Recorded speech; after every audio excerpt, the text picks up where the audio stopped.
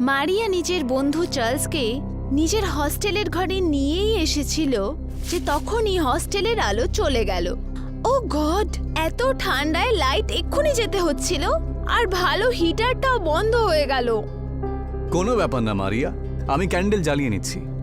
একটু আস্তে বলো চার্লস, আমাদের হস্টেলের ওয়ার্ডেন খুবই স্ট্রিক্ট। যদি উনি ভুল করে তোমার আওয়াজ শুনতে পায় না তাহলে আমাকে এক্ষুনি হস্টেলের থেকে বাইরে বার করে দেবেন।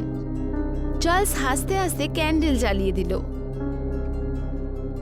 হঠাৎই চার্লস চিৎকার করে উঠল। তুমি পাগল তো হয়ে যাওনি? চিৎকার করে কি পুরো হস্টেলকে জাগিয়ে দেবে নাকি? এটা আবার কি ধরনের মজা হলো? চার্লস কাঁপতে কাঁপতে আঙুল দিয়ে ছাদের দিকে ইশারা করলো। ওটা আবার কি মারিয়া? মারিয়ার নজর যেই রুমের ছাদের দিকে গেল তখন ভয় ওর গলা দিয়ে চিৎকার বেরিয়ে গেল। পরের দিন মারিয়া আর চার্লসের মৃতদেহ হস্টেলের চার্চের সামনে বানানো পুরনো কুয়ার সামনে পাওয়া গেল। এই ঘটনার 6 মাস পর এনা হাতে মার্কশিট নিয়ে নিজের ঘরে ঢুকলো আর নিজের বাবাকে দেখে খুশিতে বলল, ড্যাডি দেখো, আমি পুরো কলেজের মধ্যে টপ করেছি। এ তো খুবই ভালো কথা মা, আমি সবসময় তোমাকে নিয়ে গর্ব করতে পারি। তোমার যতটুকু পড়ার ছিল তুমি পড়ে নিয়েছো, এখন তোমার বয়স বিয়ের হয়ে গেছে। তুমি কি পাগল হলে নাকি? আমার মেয়েটা টপ করেছে বুঝলে, আমি ওকে এর পরেও পড়াশোনা করাতে চাই। তুমি তো আমার মনের কথা বলে দিলে ড্যাডি। আমি কলেজে তোমার অ্যাডমিশনের ব্যাপারে কথা বলেছি, কিন্তু তোমাকে ওখানে হস্টেলে থাকতে হবে। তা তুমি থাকবে তো? হ্যাঁ ড্যাডি, কেন পারবো না। এনা ওই দিনই নিজের বাবার সাথে একটা গার্লস হস্টেলে চলে এলো। হস্টেলের ওয়ার্ডেন মার্থা এনাকে দেখে বলল, বলুন আমি আপনাদের কি সাহায্য করতে পারি? আমার এই কলেজের হস্টেলে নতুন অ্যাডমিশন হয়েছে, আপনি কি আমাকে আমার ঘর বলে দেবেন? হ্যাঁ নিশ্চয়ই।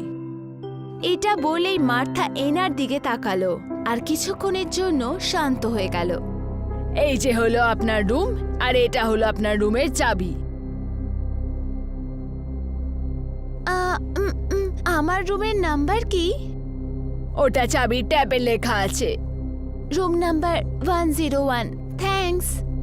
কোনো ব্যাপার না, কোনো রকম সমস্যা হলে আমাকে ডেকে নিও। হ্যাঁ নিশ্চয়ই।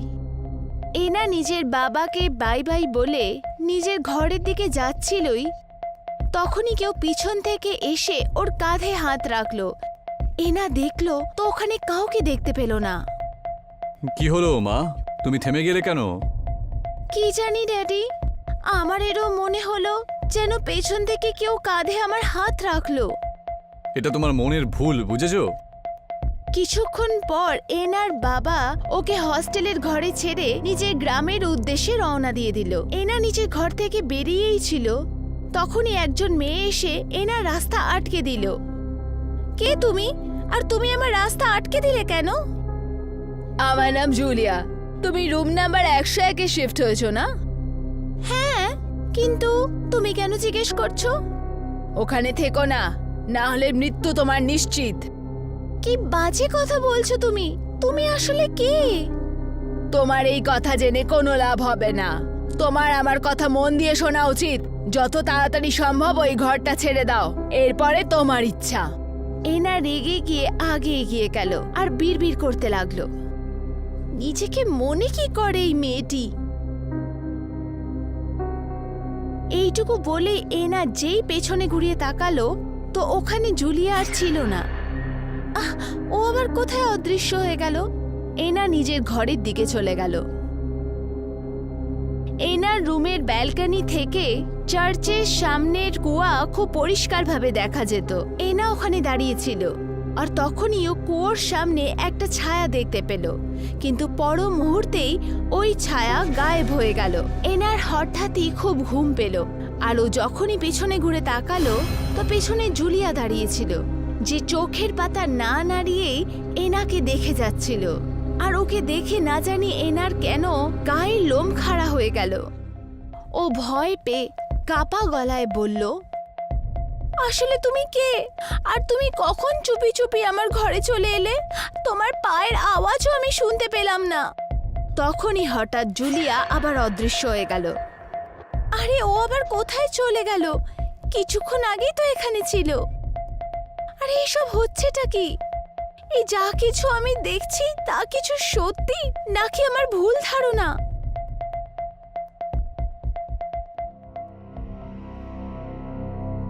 এনা বেডে বসে গেল। হঠাৎই ওর পুরো হাত রক্তে ভরে গেল। ও মাই গড, এসব কি হচ্ছে? আমার হাত হঠাৎ রক্তে কি করে ভরে গেল? এটা আমার ভুল ধারণা তো নয়। হঠাৎই ছাদ থেকে রক্তের বিন্দু এনার হাতে পড়তে থাকলো। এনা যেই ছাদের দিকে তাকালো ও বিস্মিত হয়ে গেল। এনা চিৎকার করতে করতে বলল, ও মাই গড, এসব কি হচ্ছে? এসব হতে পারে না। এটা কি সত্যি নাকি আমার ভুল ধারণা? ছাদে একজন মেয়ে টিকটিকির মতন দেয়ালের সাথে আটকে থেকে ওকে ঘুরছিল। ওর চেহারার একটা অংশ পুরো কালো ছিল, ওর দুটো চোখ পুরোপুরি ভাবে লাল ছিল। হঠাৎই ওই ভয়ানক দেখতে মেয়ে লাফ মেরে নিচে চলে এলো আর এনাকে খেয়ে ফেলবে এরকম ভয়ানক চেহারা দিয়ে দেখতে থাকলো। তুমি যা কিছু দেখছো সেটা তোমার ভুল ধারণা নয়, একদম সত্যি। কে তুমি আর আমার থেকে কি চাও? হঠাৎই ওই মেয়ের জিভ লম্বা হয়ে গেল আর ওই জিভ এনার গলা টিপে ধরলো। এনার এরকম অনুভূতি হলো যেন ওর শরীর থেকে কেউ রক্ত চুষে নিচ্ছে। তখনই এনার কানের মধ্যে মার্থার আওয়াজ কানে এলো। কি হয়েছে তোমার? তুমি কি কানে কালা? আমি এতক্ষণ ধরে তোমায় ডাকছি, তুমি কোনো উত্তরই দিচ্ছ না, একদম শক্ত হয়ে দাঁড়িয়ে আছো। হঠাৎই এনা নিজেকে একলা দেখতে পেল। ও খুব দ্রুত মার্থার দিকে ঘুরে তাকালো।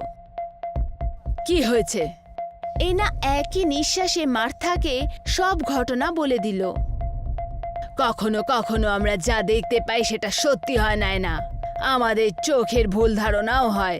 মনে রেখো, যদি তুমি এটাকে সত্যি ভাবো তাহলে সেটা সত্যি হবে, যদি মিথ্যে কথা ভাবো তাহলে সেটা মিথ্যে ছাড়া আর কিছুই হবে না। এনা মার্থাকে অবাক চোখে দেখতে থাকলো। আমি আপনার কোনো কথারই কোনো মানে খুঁজে পাচ্ছি না।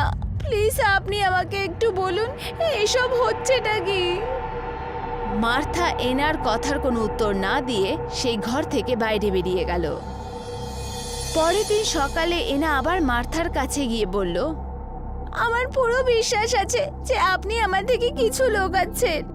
এরম কোনো ব্যাপার নয় না, প্লিজ আমাকে সাহায্য করুন। আমি আপনাকে যা ঘটনা কালকে বলেছিলাম, আমার মন এগুলো মেনে নেওয়ার জন্য একদম তৈরি নয় যে ওটা আমার ভুল ধারণা। আপনি আমাকে কাল বলেছিলেন চোখে দেখা কোনো জিনিসকে আমি ভুল ধারণা যদি ভাবি সেটা ভুল ধারণাই হবে, আর যেটাকে সত্যি ভাববো সেটা সত্যি হবে। এর আসল রহস্যটা কি? এনার কথা শুনে মার্থা এনাকে খুব মনোযোগ দিয়ে দেখে বলল, কখনো কখনো সত্যি কল্পনা থেকেও বেশি ভয়ঙ্কর হয়। অনেক বছর আগে এই হস্টেলের ঘরে জুলিয়া নামের একজন মেয়ে থাকতো যে চার্চের ভেতরে কালো জাদু করত। একদিন হস্টেলের প্রথম ওয়ার্ডেন যে তার নিজের চোখ দিয়ে জুলিয়াকে একজন নিরীহ বাচ্চাকে বলি দিতে দেখে, মেরে ফেলার পরে মৃতদেহকে চার্চের সামনে বানানো কুয়োর মধ্যে ফেলে দিত আর রেগে গিয়ে লোকেরা জুলিয়াকে জ্বলন্ত পুড়িয়ে মেরে ফেলে। এনা ভয়ের চোখে মার্থার দিকে তাকালো। যদি সেরকমই ব্যাপার হতো আপনি আমাকে সেই ব্যাপারে আগে কেন বলেননি? এই ব্যাপারে হস্টেলে কেউ কোনো কথা বলে না। কথায় আছে যেই জুলিয়ার ব্যাপারে আলোচনা করে সে বেঁচে থাকে না। মার্থা এটুকু বলেই ছিলই, তখনই এনার ঠোঁটের মধ্যে রহস্যময় হাসি চলে এলো।